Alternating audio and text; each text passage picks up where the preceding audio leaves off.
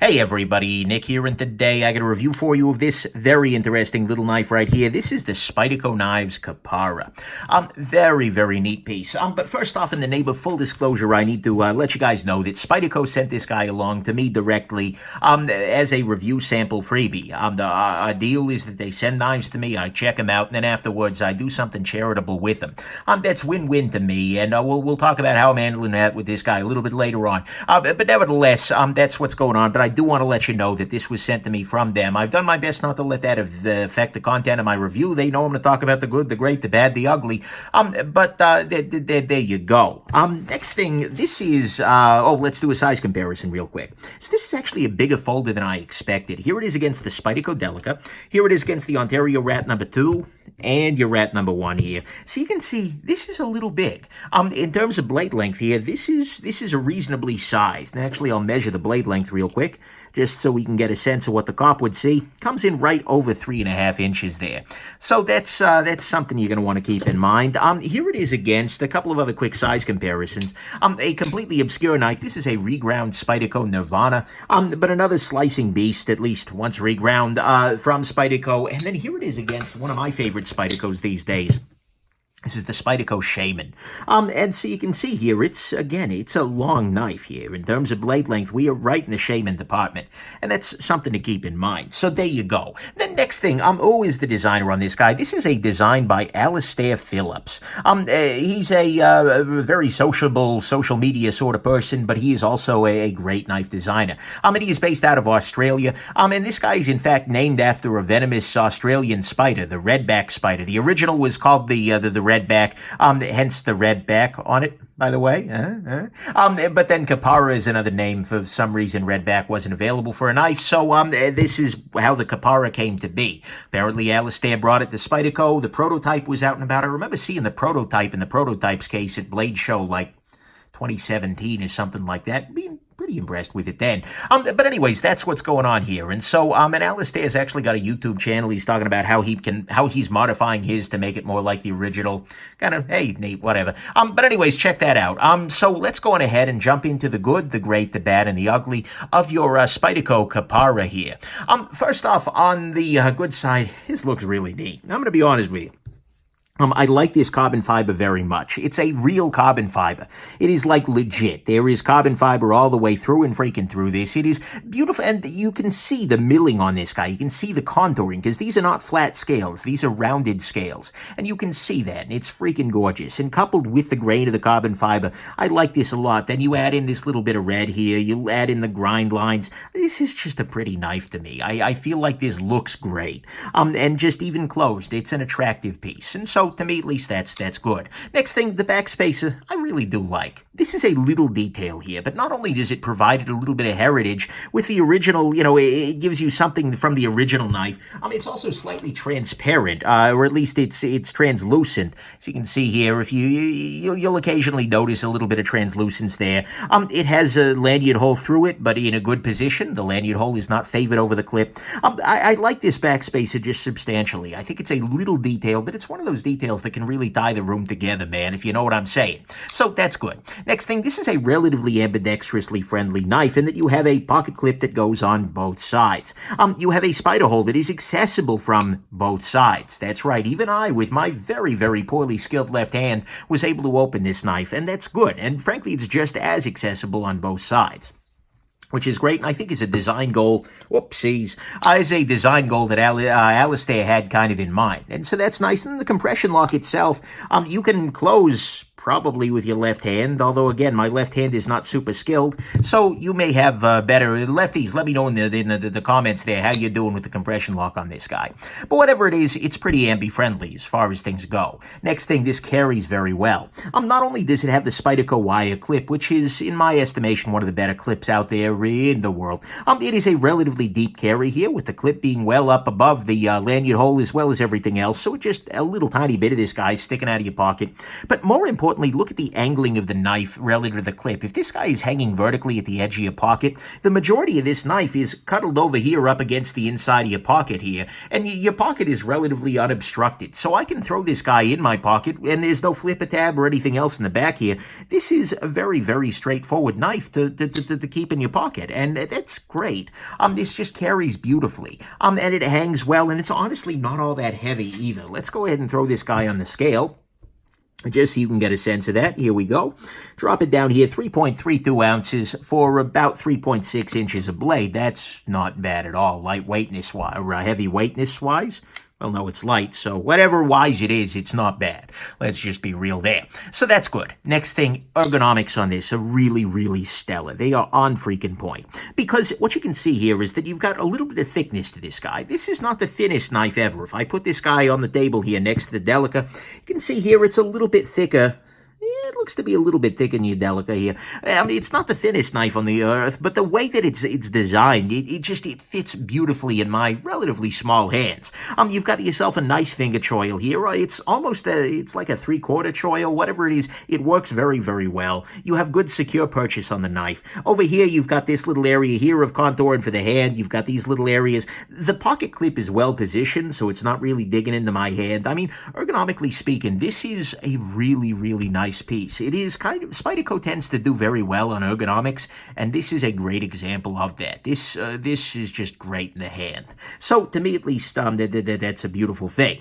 Next thing, there were a number of areas on this where you can just tell that the designer just sat there and obsessed for a long time about it. I mean, both talking to the guy just on the Instagram and whatnot, and also just kind of looking at it. It's like there are so many areas where it's just like, yeah, nailed it. I mean, even just like the where this blade hangs out when closed, so there's no protuberance out there. The way that the blade is pretty efficiently inside the handle here, but there's no risk of getting yourself cut out in this area here.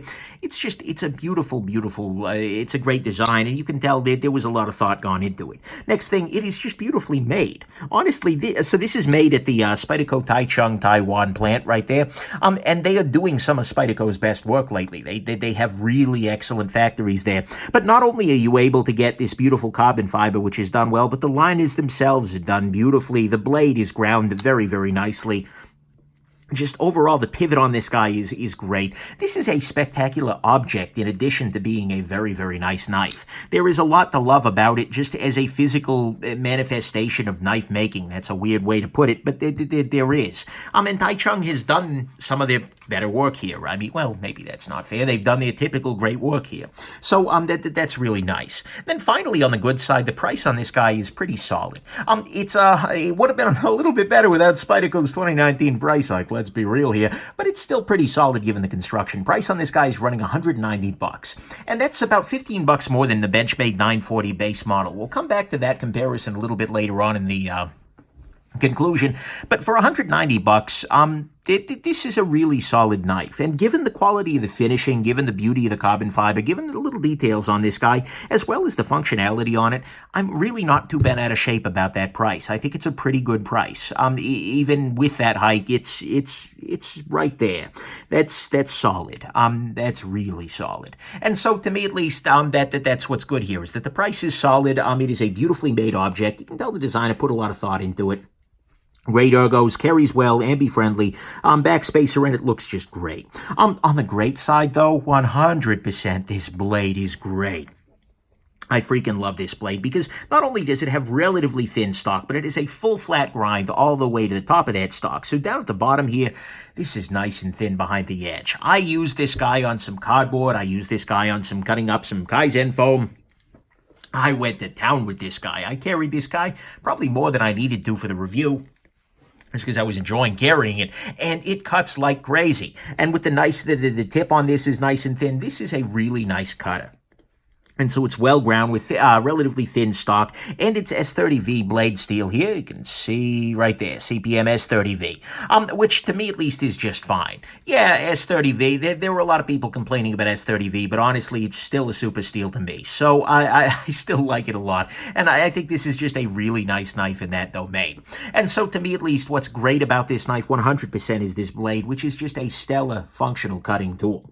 On the bad side, a couple of little issues here. To start with, this is not the epitome of a drop-shot compression lock knife. With many of them, you can kind of, and it's hard to do this under a camera, but you can really kind of, like, okay, take a look at the Spyderco Shaman here, which given has a much thicker blade, but this guy absolutely drop-shot. I can pull the compression lock down, and it will just shut basically under its own weight. With the Kapara, it's not there yet. It could be that with some adjustment to the pivot tension and whatnot, I could get it into that position, but I'm not having that experience yet.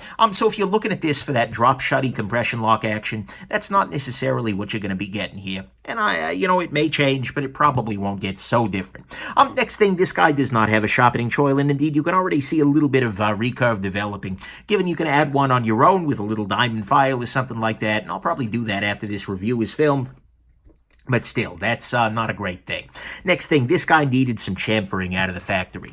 In fact, it badly did. When I got this guy out of the box, and I think I might have even done this during the disassembly video, what I did is I hit this with a ceramic rod just to knock down some of the edges on the inside of the spider hole along with the back of the spine of the blade here. This really, unfortunately, Spyderco's Taichung plant, when they are not doing a stone wash on a blade, absolutely tends to leave some very sharp edges there, and that's not great. I'd like for them to address those edges just a little bit before they ship these knives out.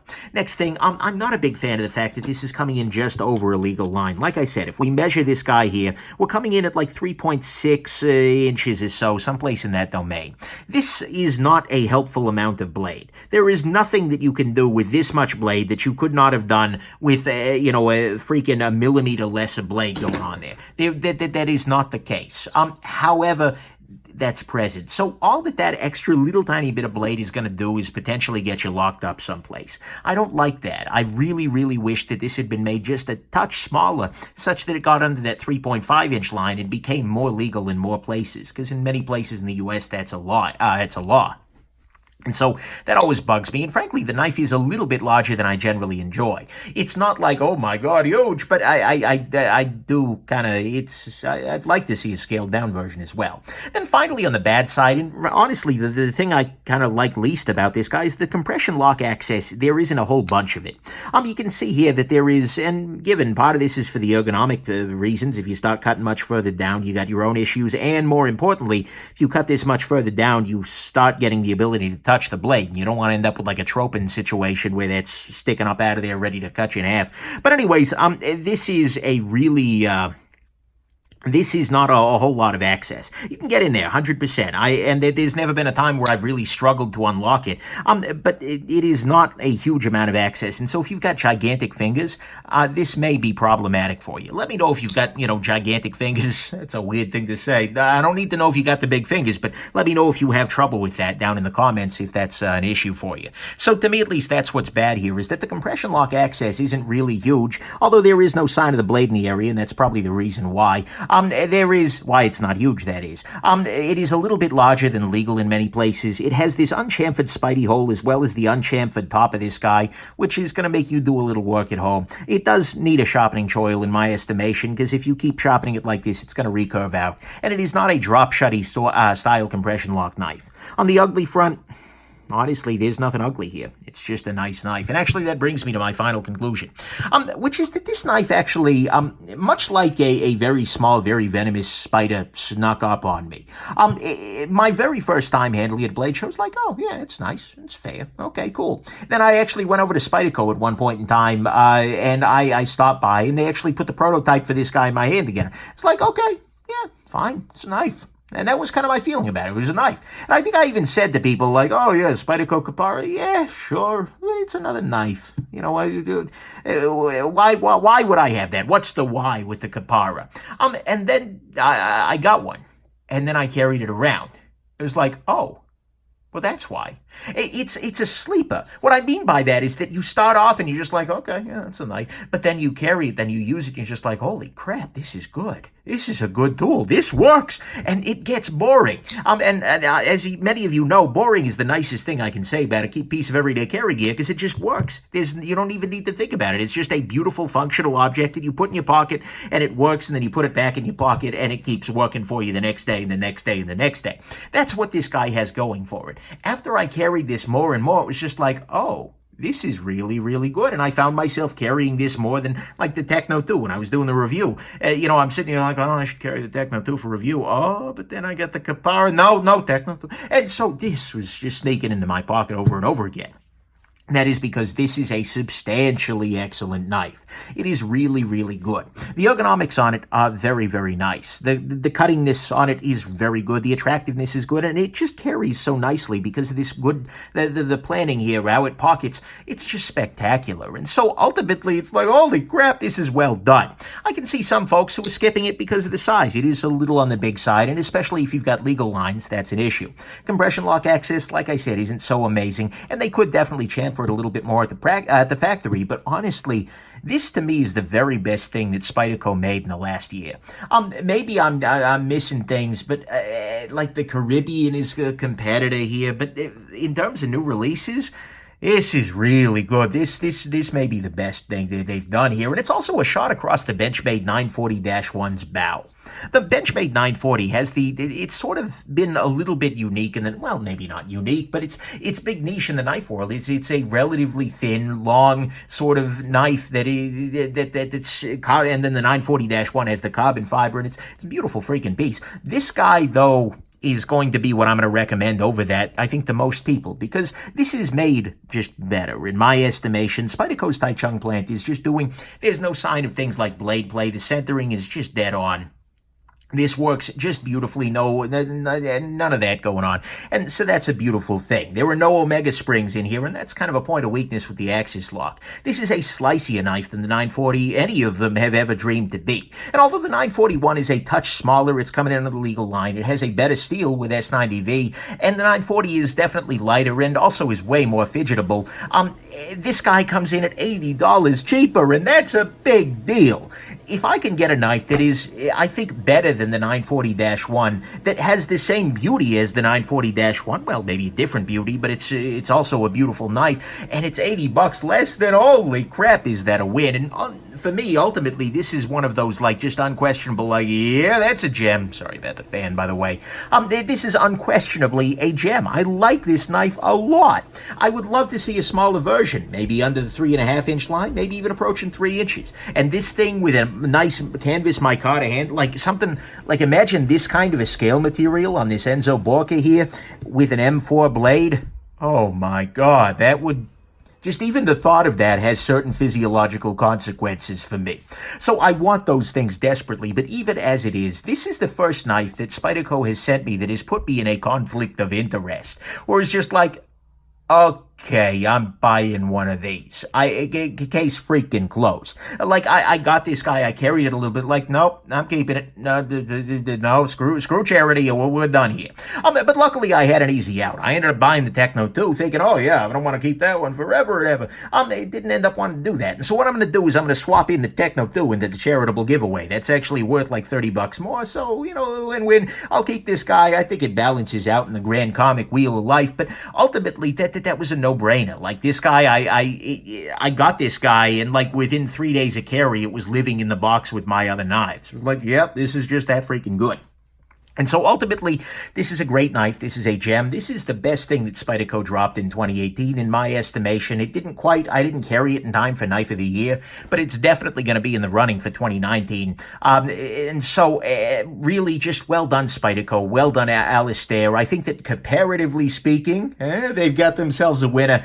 And I hope that future viewers will have read back far enough in my catalog to find this video and get one of these gems. So there you go. Hope this has been interesting to you. Well done, and have yourselves just an absolutely wonderful rest of your day. Unlike the spider, this knife does not bite. Okay. Have a good one, everybody. Bye now.